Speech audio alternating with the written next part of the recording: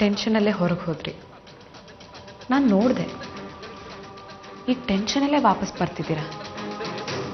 ಎಲ್ಲಿ ಹೋಗಿದ್ರಿ? ಇಷ್ಟೊತ್ತಲ್ಲಿ ಹೊರಗಡೆ ನಿಮ್ಗಂತ ಕೆಲಸ ಏನಿತ್ತು?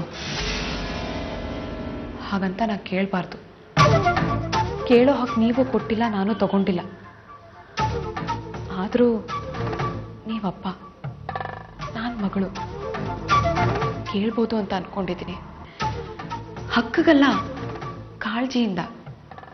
ಎಲ್ಲಿ ಹೋಗಿದ್ರಿ? ನೀನು ಯಾಕಮ್ಮ ಇನ್ನೂ ಮಲಗಿಲ್ಲ? ಕೇಳಿದ ಪ್ರಶ್ನೆಗೆ ಇನ್ನೊಂದು ಪ್ರಶ್ನೆ ಕೇಳಿದ್ರೆ ಉತ್ತರ ಕೊಡೋಕೆ ಇಷ್ಟ ಇಲ್ಲ ಅಂತ ಅರ್ಥ. ಹಾಗೇನಿಲ್ಲ, ನಿನ್ನ ಹತ್ರ ಹೇಳಬಾರ್ದಂಥದ್ದೇನೂ ಇಲ್ಲ. ಬಂದ ಸಮಸ್ಯೆ ಪರಿಹಾರ ಆಯಿತು, ಈಗ ಯಾವ ಟೆನ್ಷನ್ ಇಲ್ಲ. ನಿಜ ಹೇಳಿಪ್ಪ, ಏನ್ ನಡೀತು ಅಂತ. ಸಮಸ್ಯೆ ಪರಿಹಾರ ಆಯಿತು ಅಂತ ಹೇಳಿದ್ದಲ್ಲಮ್ಮ.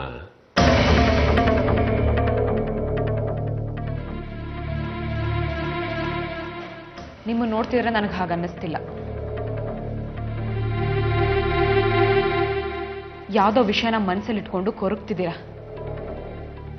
ನಾನ್ ಚಿಕ್ಕ ಹುಡುಗಿ ನನ್ನ ಹತ್ರ ಹೇಳ್ಬಾರ್ದು ಅಂತನಾ? ಸರಿ ಬಿಡಿ, ಅಮ್ಮನ್ ಕರ್ಕೊಂಡು ಬರ್ತೀನಿ. ಅವ್ರ ಹತ್ರನೇ ಎಲ್ಲ ವಿಷಯ ಹೇಳಿ. ನೀನಿಂದ ಚಿಕ್ಕವಳು, ಆದ್ರೂ ಜವಾಬ್ದಾರಿ ಇರೋ ಹುಡುಗಿ. ನಾನು ಹೇಳೋ ವಿಷಯ ಅಮ್ಮನ ಹತ್ರ ಹೇಳಬಾರ್ದು, ಯಾರ ಹತ್ರನೂ ಹೇಳಬಾರ್ದು.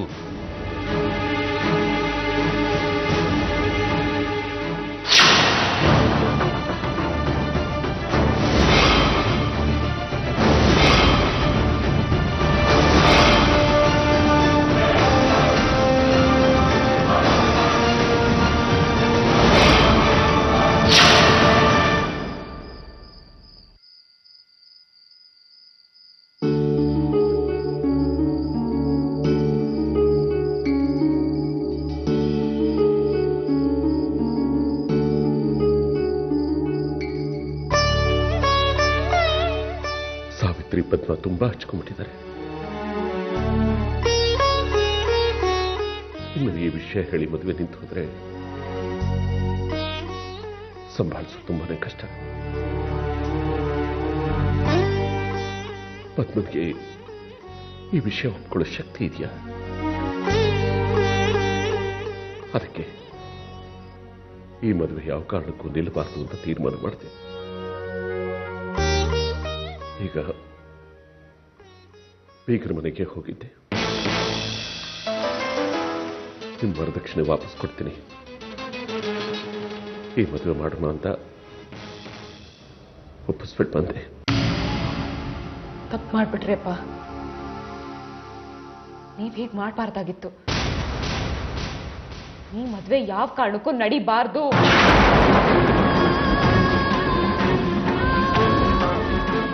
ಏನ್ ಹೇಳ್ತಾ ಇದೀಯಮ್ಮ ನೀನು? ಇಷ್ಟು ದಿನ ಅಷ್ಟು ದೊಡ್ಡ ದೊಡ್ಡ ಸುಳ್ಳುಗಳು ಹೇಳ್ಕೊಂಡ್ ಬಂದಿರೋರ್ನ ಹೇಗಪ್ಪ ನಂಬೋದು? ಗೊತ್ತಿರೋ ಹಾಗೇನೆ ಇಷ್ಟೊಂದು ನಾಟಕ. ಈಗ ಗೊತ್ತಿಲ್ದಿರೋ ಹಾಗೆ ಎಷ್ಟೆಷ್ಟು ಸುಳ್ಳುಗಳು ಹೇಳಿರ್ಬೋದು ಇವ್ರುಗಳು. ಒಬ್ರಲ್ಲ ಇಬ್ರಲ್ಲ 3 ಜನ ಸೇರ್ಕೊಂಡು ನಾಟಕ ಆಡಿದ್ದಾರೆ. ಇಂಥವ್ರ ಮನೆಯಾಗ ಅಕ್ಕನ್ ಕಳ್ಸಿದ್ರೆ ಚೆನ್ನಾಗಿರ್ತಾಳಪ್ಪ. ಈಗ ಏನ್ ಮಾಡ್ಬೇಕು ಅಂತೀಯ? ಇರೋ ವಿಷಯನ ಅಮ್ಮನಿಗೆ ಅಕ್ಕನಿಗೆ ಹೇಳ್ಬಿಡೋಣ. ಈ ಮದ್ವೆ ಆಗೋದು ಬೇಡಪ್ಪ, ಅದೇನಾಗುತ್ತೋ ಆಗ್ಲಿ. ನಾಳೆ ಬೆಳಗ್ಗೆ ಈ ವಿಷಯನ ಅಕ್ಕನ ಹತ್ರ ನಾನು ಹೇಳೇ ಹೇಳ್ತೀನಿ.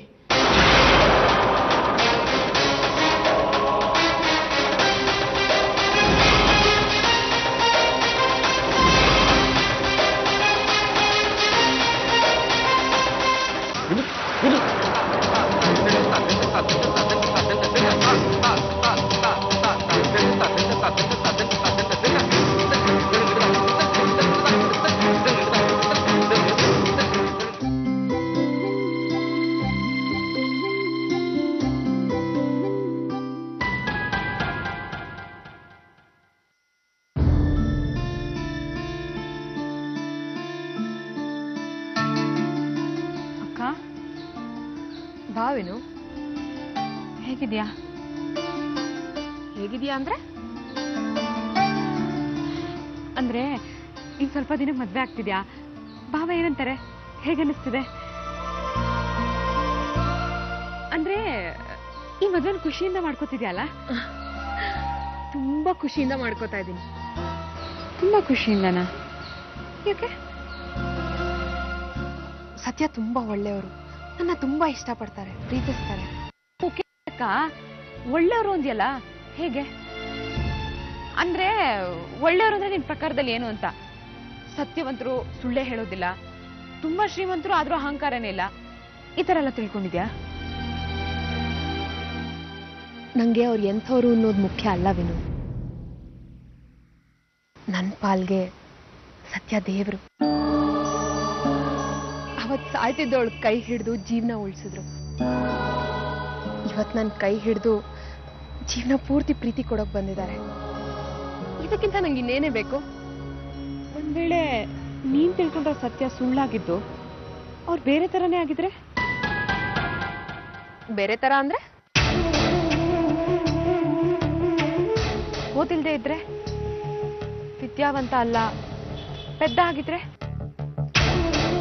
ಸತ್ಯನ ನಾನು ಒಪ್ಕೊಂಡಿದ್ದು ಅವ್ರ ಜಾಣ್ತನ ನೋಡಿ ಅಲ್ಲ. ಅವ್ರು ಶ್ರೀಮಂತರಾಗಿಲ್ಲ ಅಂದ್ರೆ? ನಮ್ಗಿಂತ ಬಡವರಾಗಿದ್ದು ಯಾವ್ದೋ ಸಣ್ಣ ಪುಟ್ಟ ಕೆಲಸ ಮಾಡ್ಕೊಂಡಿದ್ರೆ? ಆಗ ನಾನು ಸತ್ಯ ಅವ್ರನ್ನ ಪ್ರೀತಿಸೋಕ್ ಶುರು ಮಾಡಿದಾಗ ಅವ್ರ ಸಾಫ್ಟ್ವೇರ್ ಇಂಜಿನಿಯರ್ ಅನ್ನೋದು ನಂಗೆ ಗೊತ್ತಿರ್ಲಿಲ್ಲ. ಭಾವ ನಿನ್ನ ಹತ್ರ ಸುಳ್ಳು ಹೇಳಿದ್ರೆ?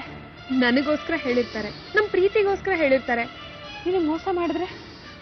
ನನಗೆ ಎಳ್ಳಷ್ಟು ಪ್ರೀತಿ ಕಡಿಮೆ ಆಗಲ್ಲ. ಒಂದ್ ವೇಳೆ ನಿಮ್ ಮದ್ವೆ ಆದ್ಮೇಲೆ ಈಗಿರೋ ಕೆಲ್ಸ ಬಿಟ್ಟು ಆಟೋನೋ ಕಾರೋ ಓಡಿಸ್ಕೊಂಡು ಡ್ರೈವರ್ ಆಗಿರ್ತೀನಿ ಅಂದ್ರೆ ಆಗ? ಸಂತೋಷವಾಗಿ ಒಪ್ಕೋತೀನಿ.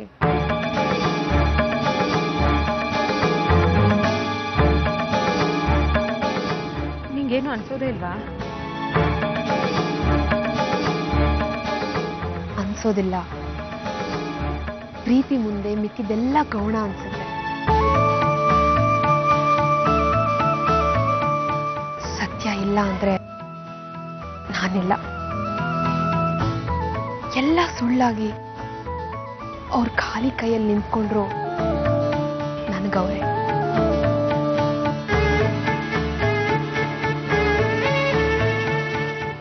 ನಿನ್ನನ್ ಪ್ರೀತಿಸೋನೊಬ್ಬ ಬರ್ತಾನಲ್ಲ, ಆಗ ನಿಂಗಿದೆಲ್ಲ ಅರ್ಥ ಆಗುತ್ತೆ.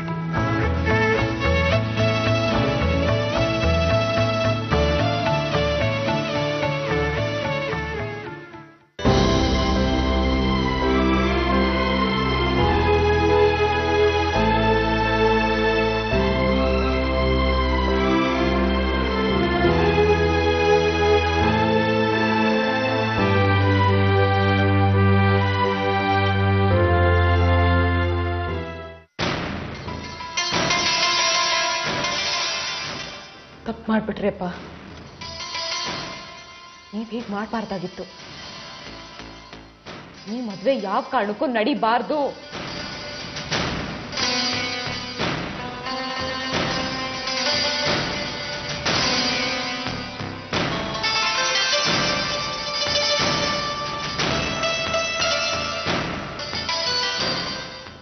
ಇಷ್ಟು ದಿನ ಅಷ್ಟು ದೊಡ್ಡ ದೊಡ್ಡ ಸುಳ್ಳುಗಳು ಹೇಳ್ಕೊಂಡ್ ಬಂದಿರೋರ್ನ ಹೇಗಪ್ಪ ನಂಬೋದು? ಗೊತ್ತಿರೋ ಹಾಗೇನೆ ಇಷ್ಟೊಂದು ನಾಟಕ. ಈಗ ಗೊತ್ತಿಲ್ದಿರೋ ಹಾಗೆ ಎಷ್ಟೆಷ್ಟು ಸುಳ್ಳುಗಳು ಹೇಳಿರ್ಬೋದು ಇವ್ರುಗಳು. ಒಬ್ರಲ್ಲ ಇಬ್ರಲ್ಲ 3 ಜನ ಸೇರ್ಕೊಂಡು ನಾಟಕ ಆಡಿದ್ದಾರೆ. ಇಂಥವ್ರ ಮನೆಯಾಗ ಅಕ್ಕನ್ ಕಳ್ಸಿದ್ರೆ ಚೆನ್ನಾಗಿರ್ತಾಳಪ್ಪ. ಅಪ್ಪ,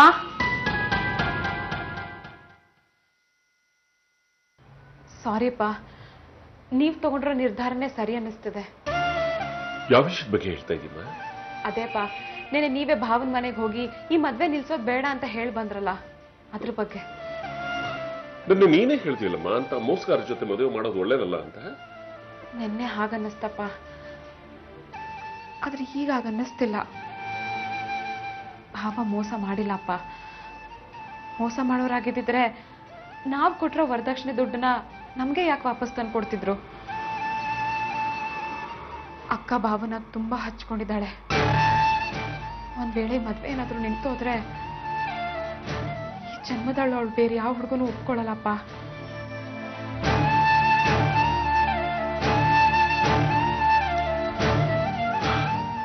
ನಾನು ಅದನ್ನ ಯೋಚನೆ ಮಾಡ್ತೇನೆ. ಈ ಮದುವೆ ಮಾಡಿದ್ರೆ ಆಗುವ ಅನಾಹುತಕ್ಕಿಂತ ಮದುವೆ ನಿಂತೋದ್ರೆ ಆಗುವ ಅನಾಹುತಗಳೇ ಜಾಸ್ತಿ ಅಂತ ಅನಿಸ್ತು. ಅಕ್ಕ ಭಾವನ ಇಷ್ಟಪಡ್ತಿರೋದು ಅವ್ರು ಓದಿದ್ದಾರೆ, ದುಡ್ಡು ಸಂಪಾದನೆ ಮಾಡ್ತಿದ್ದಾರೆ ಅನ್ನೋ ಕಾರಣಕ್ಕಲ್ಲ. ಭಾವ ಅವಳನ್ನ ತುಂಬಾ ಇಷ್ಟಪಡ್ತಾರೆ. ನಾನೇನಾದ್ರೂ ಈ ಮದುವೆ ನಿಲ್ಲಿಸ್ಬಿಟ್ಟಿದ್ರೆ ಪದ್ಮ ಯಾವ ಸ್ಥಿತಿಗೆ ತಲುಪಿಡ್ತಾ ಇದ್ಲ ಏನೋ, ಅದನ್ನು ಊಹಿಸೋದಕ್ಕೂ ಅಸಾಧ್ಯ. ಸರಿ ಸರಿ, ನಾನು ಅಳಿಯಂದ್ರ ಮನೆಗೆ ಹೋಗಿ ಬಂದ್ಬಿಡ್ತೀನಿ.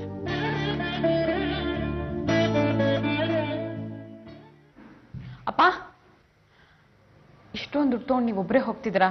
ನಾನು ನಿಮ್ ಜೊತೆಗೆ ಬರ್ತೀನಿ. ನನಗಿರೋದು ಒಬ್ಬನೇ ಗಂಡು ಮಗ ಅನ್ಕೊಂಡೆ, ಇಲ್ಲ ಇಬ್ರು ಅಂತ ಈಗ ಅನ್ನಿಸ್ತಾ ಇದೆ. ಒಟ್ಟು ಎಷ್ಟು ಕೊಡ್ತಿದ್ದೀರಪ್ಪ? ಕೇಳಬಾರ್ದು. ನಾನು ಹೇಳಿದ್ರೆ ಅದ್ರ ಬಗ್ಗೆನೇ ಯೋಚನೆ ಮಾಡ್ತೀಯಾ, ಮನಸ್ಸು ಕೆಡಿಸ್ಕೊಳ್ತೀಯಾ? ಮುಖ್ಯವಾಗಿ ನಿಮ್ಮ ಅಕ್ಕ ಅಮ್ಮನಿಗೆ ಅಳಿಯಂದ್ರೆ ಇಷ್ಟ ಆಗಿದ್ದಾರೆ, ಅಷ್ಟು ಸಾಕು. ಬಾ, ಕೊಟ್ಟು ಬರೋಣ.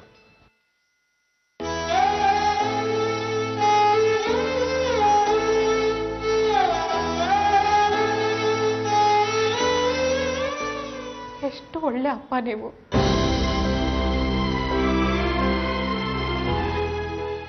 ಇಷ್ಟು ವರ್ಷ ಯಾಕೆ ನಮ್ಮಿಂದ ದೂರ ಇದ್ರಿ?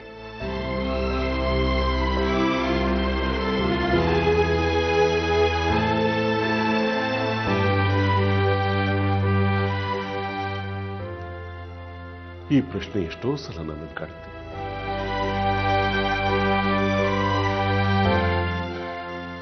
ಕೆಲವು ಸಲ ನಾವು ಮಾಡೋ ತಪ್ಪಿಗೆ ನಾವು ಕಾರಣರಾಗಿರಲ್ಲ, ಆದರೆ ಅದರ ಶಿಕ್ಷೆನ ನಾವೇ ಅನುಭವಿಸ್ಬೇಕಾಗುತ್ತೆ. ನನಗನ್ಸುತ್ತೆ ನಾನು ಎಷ್ಟು ಒಳ್ಳೆ ಅಪ್ಪನೋ, ಬಹುಶಃ ಅಷ್ಟು ಒಳ್ಳೆ ಗಂಡ ಆಗಿರ್ಲಿಲ್ವೇನೋ.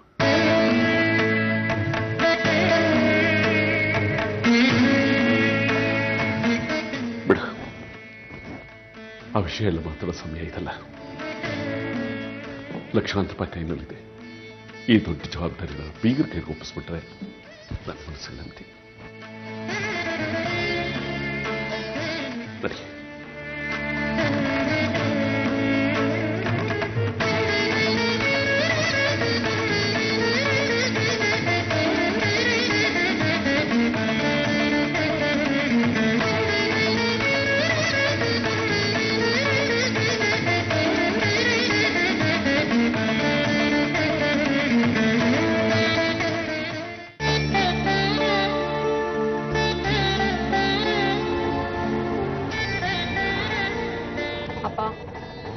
ನಾವೆಲ್ಲ ಬಂದು ನಿಮ್ಗೆ ತುಂಬಾ ಭಾರ ಆಗ್ಬಿಟ್ಟಿದೀವಿ ಅನ್ಸುತ್ತೆ.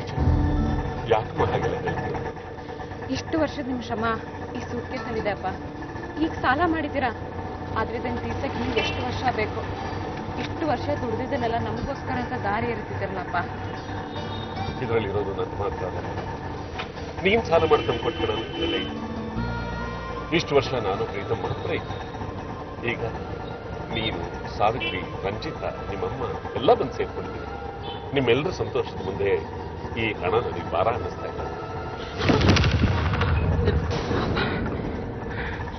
ಸೂಟ್ಕೇಸಲ್ಲಿ ಬಿದ್ದೋಗೋದು ಅಂತ ಭಯ ಆಗೋಯ್ತಪ್ಪ. ಈ ಸೂಟ್ಕೇಸಲ್ಲಿ ಬರೀ ಹಣ ಅಲ್ಲ, ನಮ್ಮ ದೊಡ್ಡ ಜವಾಬ್ದಾರಿ.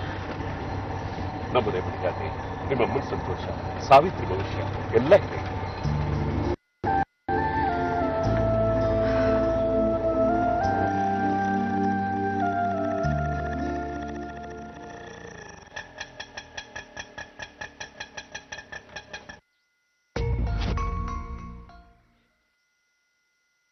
ಏನಾಯ್ತಪ್ಪ? ರಿಪೇರಿ ಗಾಡಿ ಸರ್. ಹಾ? ಗಾಡಿ ರಿಪೇರಿ ಸರ್. ಬರುತ್ತಾ? ನಾವು ಬೇರೆ ಆಟೋಲ್ಲಿ ಹೋಗ್ಬಿಡೋಣ. ಚೇಂಜ್ ಇಲ್ಲ ಸರ್. ಚೇಂಜ್ ಇಲ್ಲ. ಚೇಂಜ್ ಇಲ್ಲ. ಅಪ್ಪ ಅಲ್ಲೊಂದು ಅಂಗಡಿಯಿಂದ ಚೇಂಜ್ ತರಿಸ್ತೀನಿ ಕೊಡಿ. ಸರಿ, ಬೇಗ ಬಾ. ತಗೊಳ್ಳಿ, ಹುಷಾರು.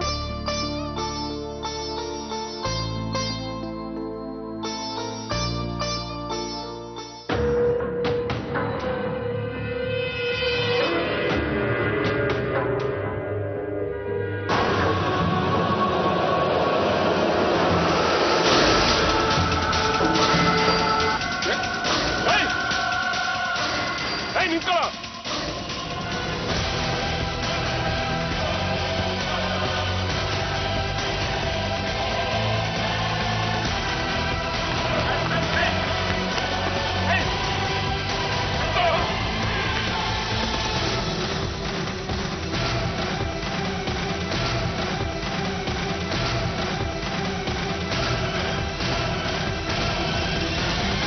Hey!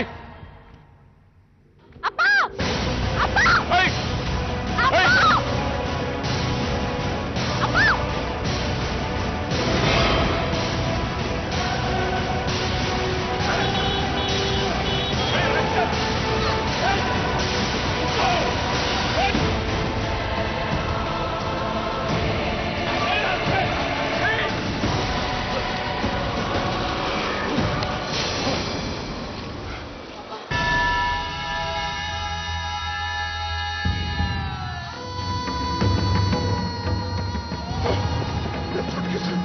ದುಡ್ಡು, ನನ್ನ suitcase.